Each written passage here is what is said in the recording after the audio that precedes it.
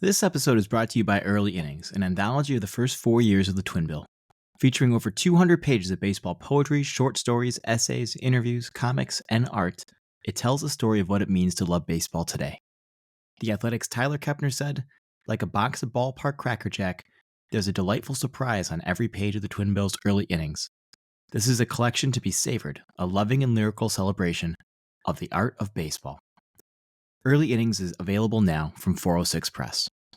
This episode is also brought to you by Ben Shahan's Short Relief. It asks the question of what happens when men are not ready to give up that boys' game, the national pastime.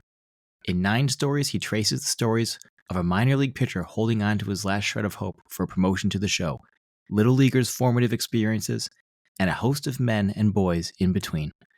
Short Relief is out on 406 Press and available at 406press.com.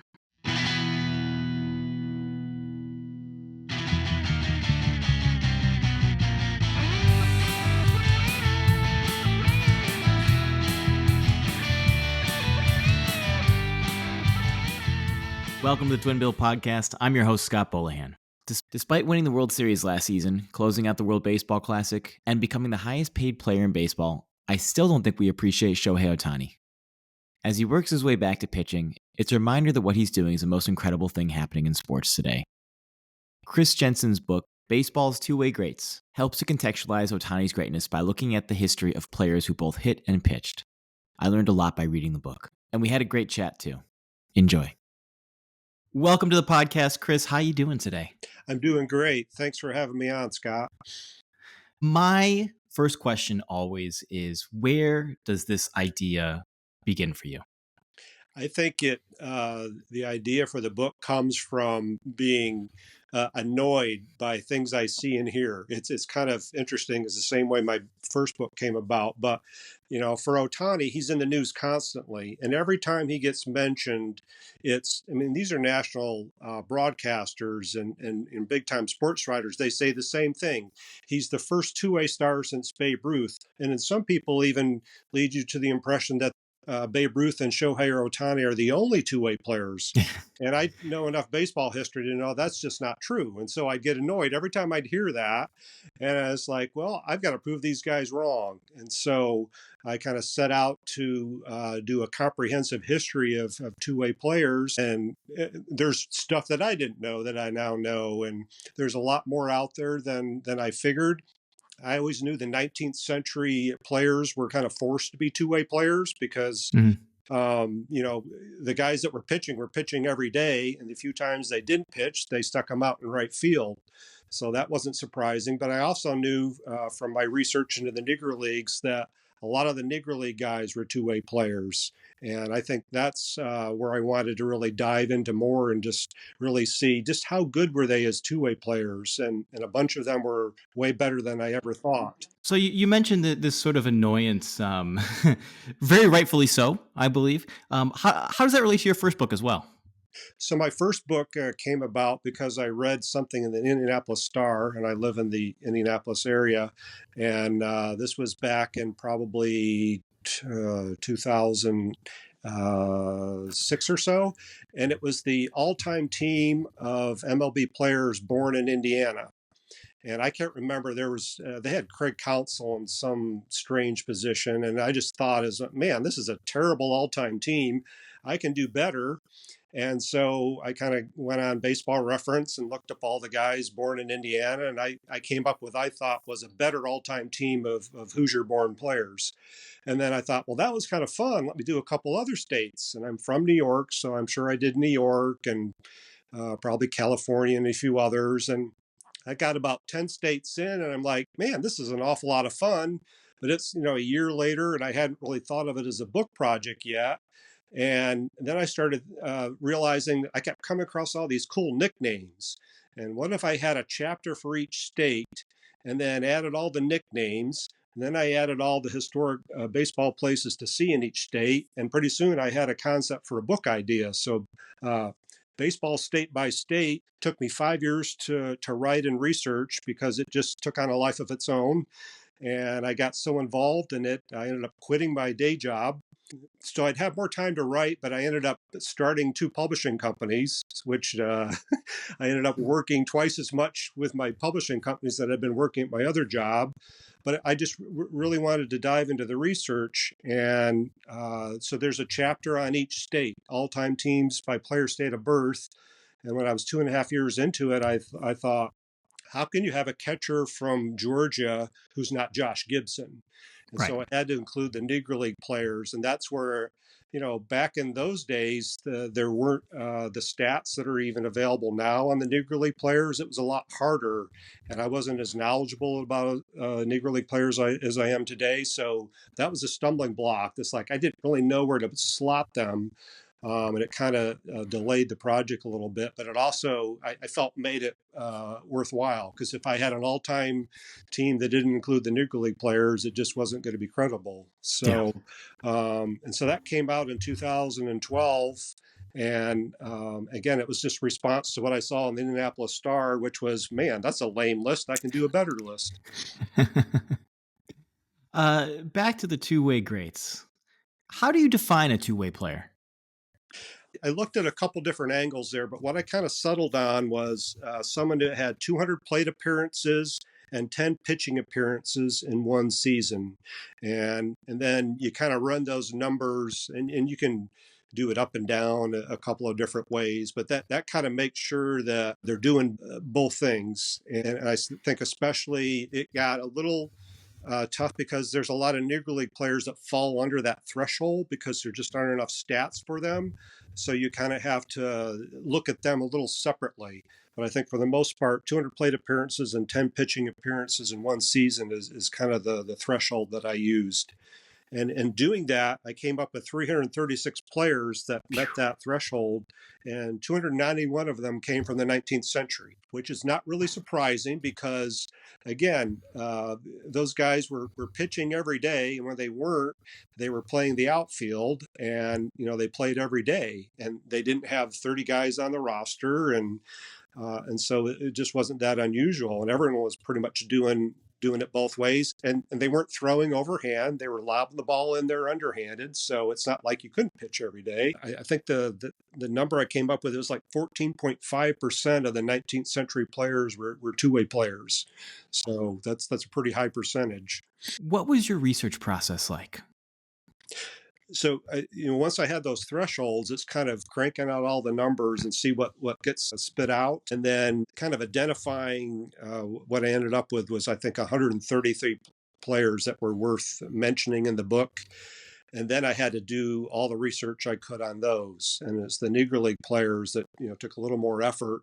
And I think I ultimately ended up profiling 60 of them to some extent. And 4 of them were kind of the in-depth chapters, where they had their own chapter devoted to them. So I think it's just kind of finding out everything I could about them as a pitcher and as a position player, and not getting wrapped up early on and who was better. Because ultimately what I wanted to do with this book was come out with who's the greatest two-way player in baseball history. Mhm. And I have some conclusions on that. We can talk about that now or later. And but the process was kind of just see what the stats spit out, then dive into the backgrounds of all the players, and then kind of see what I find is interesting about them, what stands out. I do want to get to the greatest two-way player eventually here. But before then, you mentioned something interesting about Babe Ruth, how people seem to think that he was the first. It's him and Ohtani. That's kind of it. We've talked about 19th century baseball. Is there a early two-way player that you find particularly notable? Yes, I'd have to say the most interesting man in baseball history, John Montgomery Ward, who I find just a fascinating figure. In fact, I think uh, John Montgomery Ward and Mo Berg have to be the most interesting, fascinating people in baseball history. I mean, Mo Berg was a journeyman catcher and then a spy for the CIA during the war. And if you've ever read the book about him, it's just that was a fascinating life history. But John Montgomery Ward was the same way. He was the first two-way star in baseball history, and one of the first baseball stars, period. and he had like a separate career as a pitcher and kind of threw his arm out, and then they changed the rules and you're allowed to throw overhand, and he didn't really have the arm left to do it, so he switched to outfield, taught himself to throw left-handed. And he also played second base where he could still throw right-handed because the throw wasn't so far. And then he also taught himself to switch hit because he even admitted he was afraid of the ball because he got hit a bunch of times, and they weren't wearing helmets and stuff, and they were throwing overhand. And so he went on to a long career as a shortstop, and just a fascinating player. The fact that he ended up forming the first players union. He was the youngest manager in Major League history at the age of 20. He earned political science and law degrees while he was still playing, became part owner of a team while still playing, umpired a game once while he was still an active player. And then he married a kind of a diva starlet who had the first World Series trophy named after her. So just a Wow. fascinating figure, but it's certainly baseball's first two-way star for sure. Wow. Yeah, that's a name that I'm guessing not a lot of listeners are going to be familiar with. That's fantastic. I do want to jump ahead to Babe Ruth. I mean, there's been a lot that's been said about the Babe. Can you try to contextualize how good of a pitcher he was for us? I think yeah, and he had a different career as a two-way player because he essentially, I mean, his first year he only pitched a few games at the end of the season, and then he Mm-hmm. had 3 years where he was essentially the best southpaw pitcher in the American League. He was Mm-hmm. maybe a notch below Walter Johnson as an overall pitcher, but I mean, he was a really, really good pitcher, and he led the league in earned run average, and he just established himself as this ace pitcher. And that in those days, teams were searching for an ace pitcher, and if you found one, that was like gold. And Mm-hmm. so this notion that his manager Ed Barrow would use him in the field was, I mean, he said I would be laughed out of the league if I used him as a position player because he's obviously an ace pitcher, and they're not those days were not that far removed from when a pitcher was pitching every single game, 60, 70, 80 games a year. He really established himself as a great pitcher, and then he was only a two-way player for 2 years, and even in those 2 years he would pitch a little, and then he played in the field, and he wasn't consistently playing in the field every single day. He was not pitching even during those 2 years, and he even ended up being hospitalized. And he said the strain of being a two-way player was too much for him. He didn't really want to continue it. And so I think if the Yankees had wanted him to be a two-way player, he would have resisted that. We got to see him as a two-way player for 2 years, but really he had two separate careers. He had a very short career as a great pitcher, and then obviously a very long, distinguished career as baseball's first and greatest slugger. You mentioned he's only doing both essentially for those 2 years. You look at someone like Ohtani. Granted, he has the designated hitter. He doesn't, play the field on top of that. When you look at Ruth and Ohtani, which I think a lot of people try to compare, do you view one as being more impressive than the other? I think you have to, and I think people get so wrapped up in when you look at what Ruth did overall for his career as a slugger, and you can't forget about that. But once he joined the Yankees, I think he pitched 5 times, and he won all 5 of those games. So he really was not a pitcher ever again. It's not that you have to throw that out, but what he was doing is not anything close to what Ohtani is doing. And I think a good comparison is what Ohtani did in 2021. He became the first player in modern Major League history that have at least 4 WAR wins above replacement for both batting and pitching. And then he did it again in 2023. And Ruth never came close to those marks in the 2 years that he was a two-way player. So I think you look at a lot of different factors. Yes, Otani's been able to be a DH, but he's also had better access to year-round training. He's had better coaching, first class travel. There's been medical advancements that have enabled him to have elbow surgery twice, that if that had been Yeah. necessary for Ruth, it would have been the end of his pitching career. I just think today athletes are better conditioned, and pretty much every pitcher today is throwing faster than the fastest pitcher of Ruth's era. So, and Ruth was facing primarily fastballs and curveballs, the occasional knuckleball and screwball, but he didn't have to face pitches with much spin. He didn't have to face teams that had been game planning against him, and could throw someone in the bullpen just designed to combat his skills. And so he was basically facing the same pitchers over and over again. And so Right. he knew what that guy had to throw him. That guy wasn't going to blow it past him, so he had a pretty good shot at hitting it. Yeah, that's a very good point. So when I was growing up, and I think for most baseball players growing up, it was very common. I would pitch a game. I would play shortstop the next day. Sometimes in doubleheaders, I'd pitch the first game, and then I'd go and play another position. When does this stop becoming normal in the professional levels? I'm sure in the amateur levels, people are still doing it all the time. I know for a fact. I coach high school baseball. People do it all the time. But when does this demarcation kind of happen in the professional level? Yeah, I had an interesting parallel. So my son was a two-way player into high school, and he played center field when he wasn't pitching. Then he got to his junior year in high school, and there was a new coach that just said, "Well, you're a pitcher now." Hmm. And he was kind of bummed, and because he liked coming to the ballpark every single day, knowing he was either going to pitch or play center field. And I just think I think the great thing about Ohtani is that he's made coaches consider it more now. Before, people just said, "Oh, that's crazy," pick one or the other. And I think now coaches and managers are more apt to say, "Well, let's give this guy a shot and see if he can do it." And I think in the 2023 MLB draft, there were eight players that were two-way players that were drafted.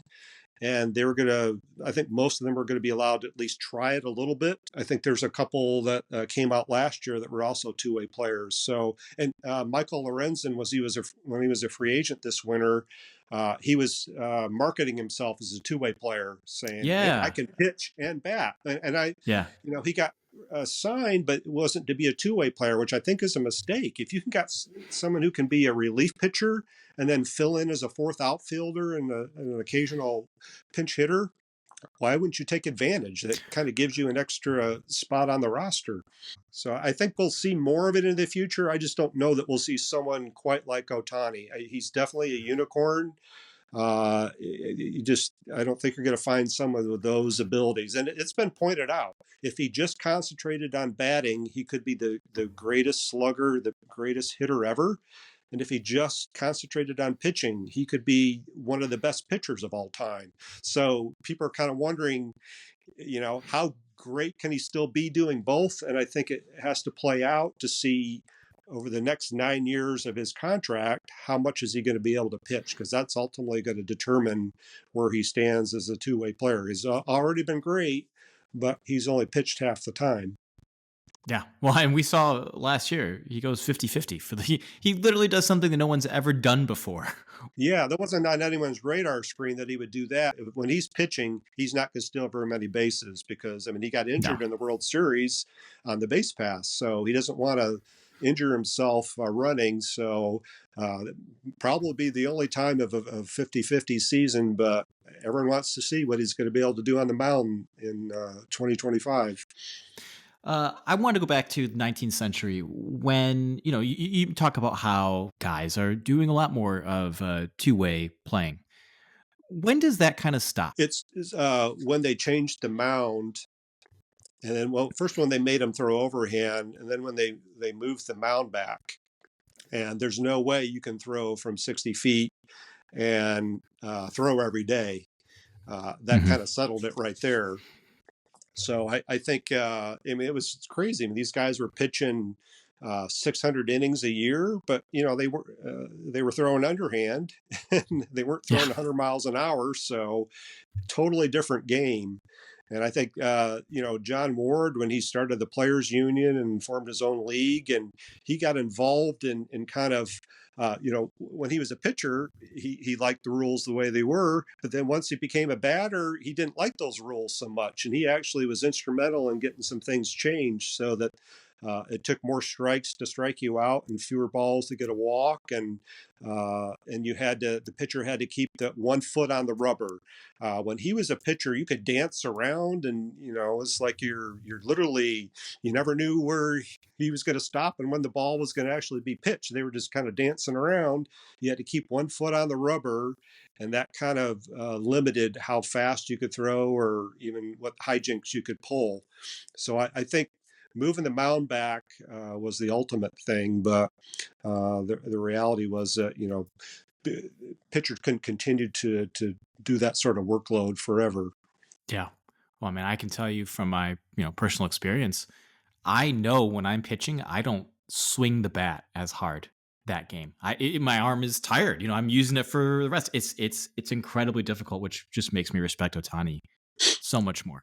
Yeah, and I think that's what was interesting this last year is that he was so good as a batter, because when he first had an elbow injury and he couldn't pitch, he had a really weak year batting.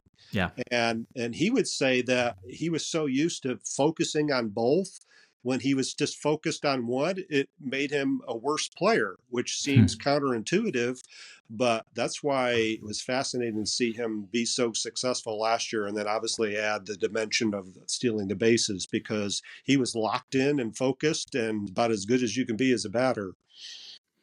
One place where you still do see a lot of two-way players is in the Negro Leagues. Um, who are some of the best two-way players from the Negro Leagues?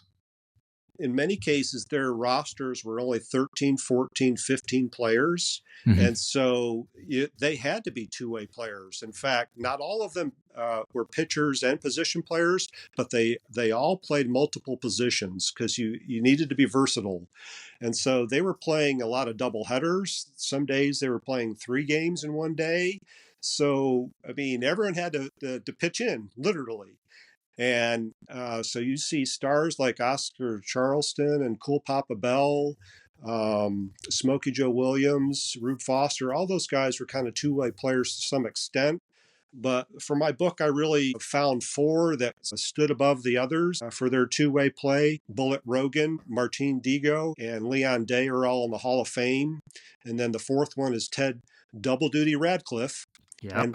And what's fascinating about him is not just that he was a two-way player, but as a catcher and a pitcher.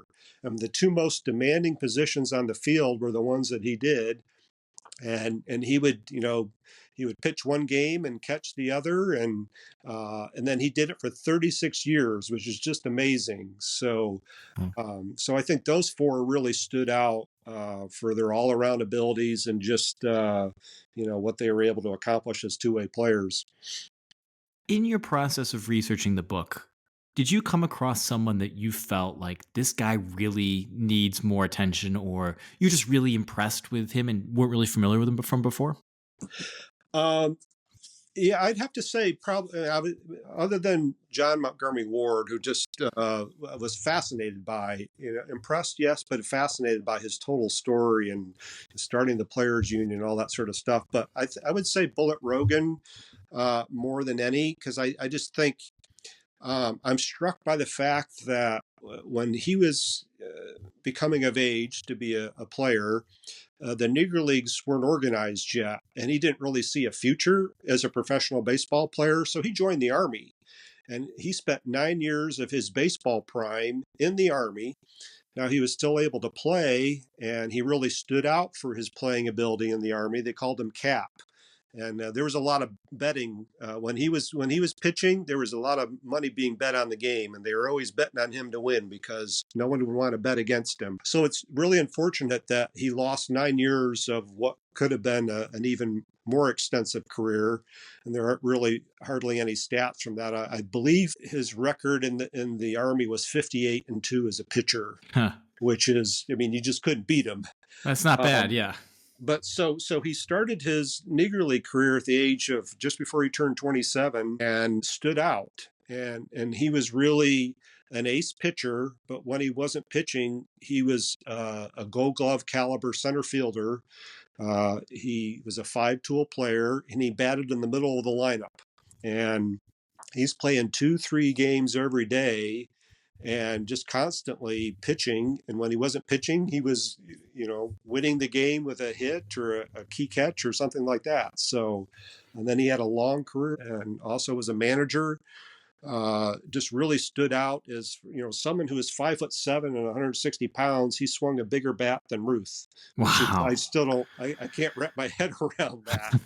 But he had these wrists. He had like Henry Aaron's wrist, Yeah. just really strong wrist, and he would just flick his wrist at the ball, and he could put it wherever.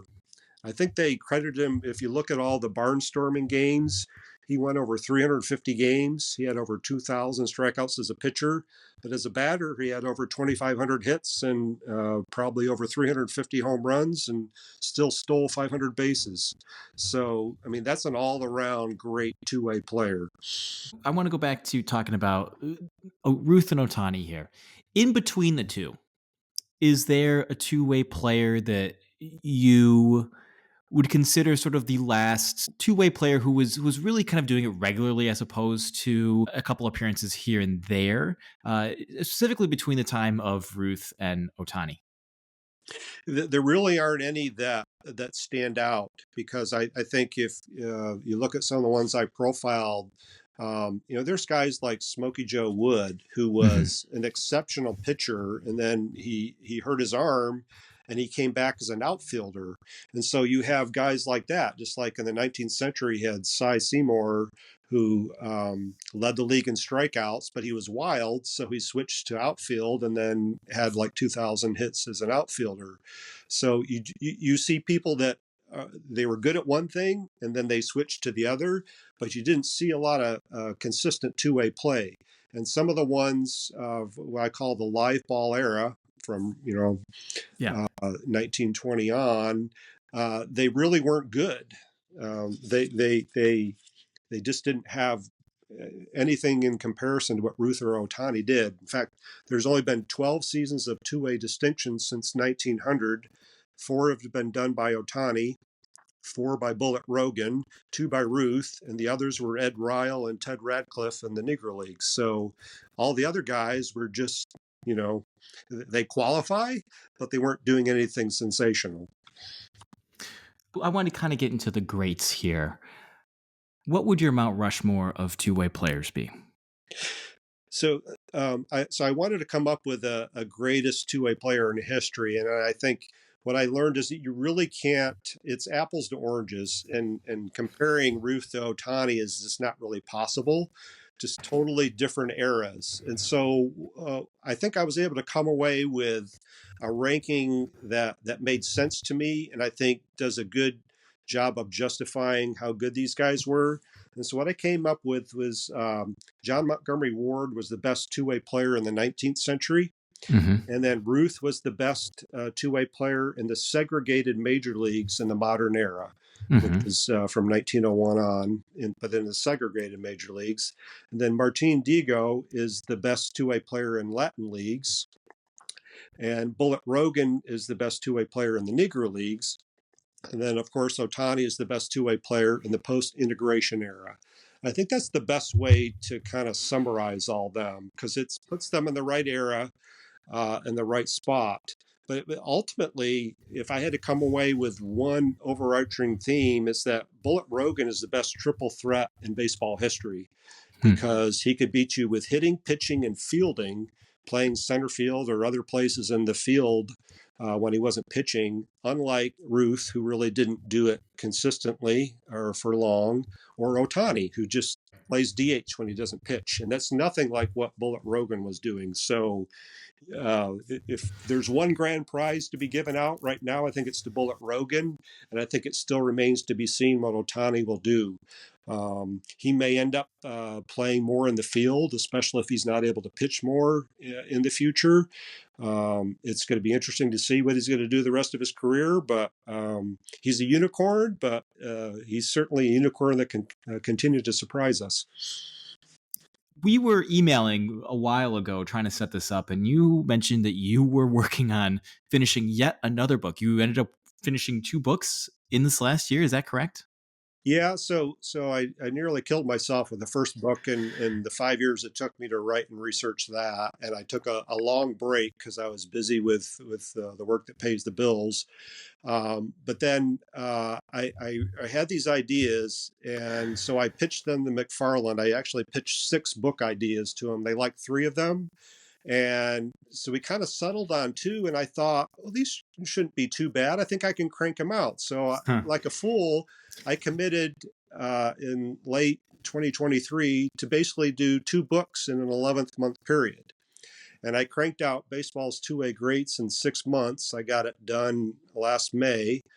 And I'm like, well, there's no way I can get the other one done by October, but I gave it a shot, and that one proved to be a lot more work than I thought it was gonna be. But I got it wrapped up a couple weeks ago in February, and was able to get it off to McFarland. So I'm very proud of that one too. And it turned into a lot more research than I thought it was going to be, but it's Black Baseball Lives Stolen Too Soon, Tragic Deaths in the Negro Leagues is the kind of the working title. And it's information that I kind of set aside from both these first 2 books. And I kept coming across all these Negro League players that were dying too soon. It might have been from tuberculosis or a car accident or heart failure, or they got shot by someone. There's just a lot of tragic circumstances and I just kind of set things aside and for later. And as I was thinking of another book to write, I was like, well, let me dive into this and see if there's enough for a book. And there was maybe 50 or so at that time. And I thought, well, that shouldn't be too hard to knock out.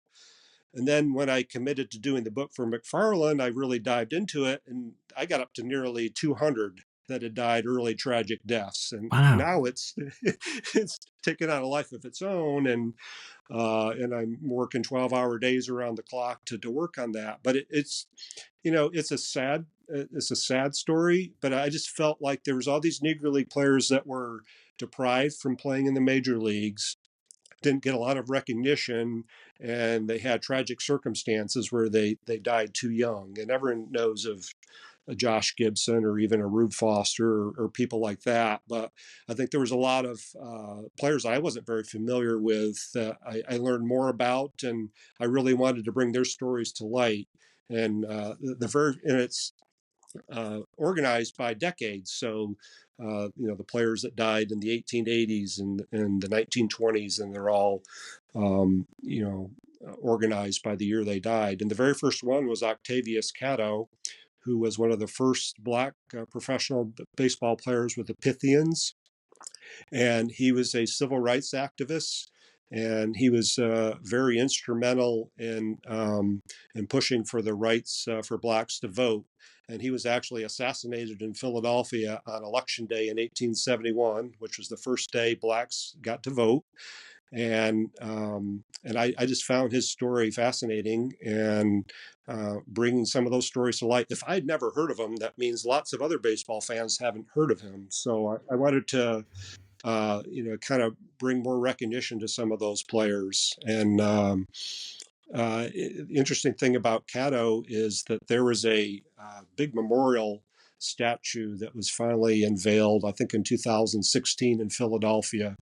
And there's 1,600 statues around Philadelphia in various places. It was the very first one of an African American person, and he was the Martin Luther King Jr. of the 19th century. And the fact that I hadn't heard of him, and he had a kind of impressive career as a baseball player. He was one of the first stars in Black baseball. So I wanted to research those sort of players fully and bring some recognition to them. And there's the Negro League Baseball Grave Marker Project. Jeremy Kroc has been very instrumental over the last 20 years, going around and putting grave markers out on some of these unmarked graves for some of these players. And there's a bunch of those players I ended up profiling. And I think just bringing recognition and lasting dignity to some of these stories, I think is kind of a key part of that book. That was Chris Jensen. His book, Baseball's Two-Way Greats: Pitching Batting Stars from Ruth and Rogan to Ohtani, is out now. Coming on to close us out is Andrew K. Peterson, reading his poem, Too Big Papi, from our 17th issue. Hi, this is Andrew K. Peterson, coming to you from Boston. Thought I would read my poem for the Twin Bills World Series issue. It's dedicated to my late Uncle Dan Yakuzo, and it's called To Big Papi. Uncle Dan rode the pike 2 hours east from Northampton to the grandstand. Season tickets split with richer nephew. Section 17, row 20, between home and first. When I asked if he'd go even on the verge of being swept out of the division series by the hated Yankees, he said, "I'd rather be there, suffer through it." First game, post-bombing, Papi, you raise your fist to this, our fucking city, a defiant heart in chopper air, still beating. Next October, socks and last, I try to keep it light.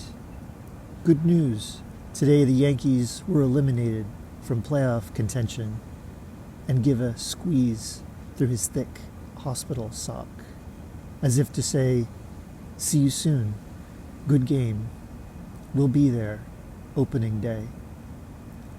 Tough crowd, a blue scrub said. We're Sox fans, Doc. We gotta be. Papi, I still see him, thanks to you, when they show your replay. He's the first to jump, triumphant, arms raised, silhouetted against the monster. You bopped it over, walked it off in extras, the city on your shoulders. You carry us past the angels and back to the world again. We talk to people in and around baseball literature every week on the podcast and publish around 50 writers every year in the Twin Bill Literary Journal. Until next time,